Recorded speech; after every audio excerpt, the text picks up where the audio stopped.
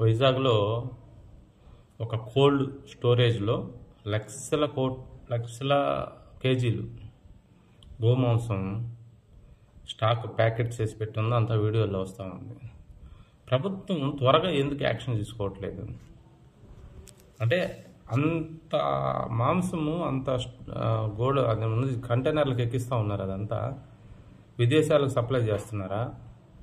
మరి అంత జరుగుతుంటే ప్రభుత్వానికి ఎవరికి ఇన్ఫర్మేషన్ లేకుండా ఎలా ఉంటుంది? తెలిసే గమ్ముగింతుకున్నారు. పైకి మాత్రం నటిస్తూ ఉంటారా ట్రాన్స్పరెన్సీ అని? లేదంటే దాని వెనక పెద్ద వ్యక్తులు ఉన్నారు, వాళ్ళ దగ్గర మనం ఏదైనా ముడుపులు తీసుకొని ఉన్నామా, అందుకని యాక్షన్ తీసుకోవట్లేదా? అసలు అంత జరుగుతుంటే బయటకు వచ్చేదాకా గవర్నమెంట్ ఏం చేస్తుంది? ఆఫీసర్స్ ఏం చేస్తున్నారు? ఇంత దారుణమా? అదే చిన్న చిన్న వాళ్ళు అయితే ఈ పాటికి ఎప్పుడో బొక్కలు వేసేసి గందరగోళం చేసేసి ఉండేవాళ్ళు. డబ్బులు ఉన్న వాళ్ళు ఏం చేసినా నడిచిపోద్దా? తప్పు కదండి అది. అదే పని వైసీపీ వాళ్ళు ఎవరైనా చేస్తుంటే ఈ పాటికి రాదంతం చేసి ఉండేవాళ్ళం మనమైతే ఒకటే, బయట వాళ్ళు అయితే ఒకటి కాదు. ఎవరైనా ఒకటే, తప్పు తప్పే.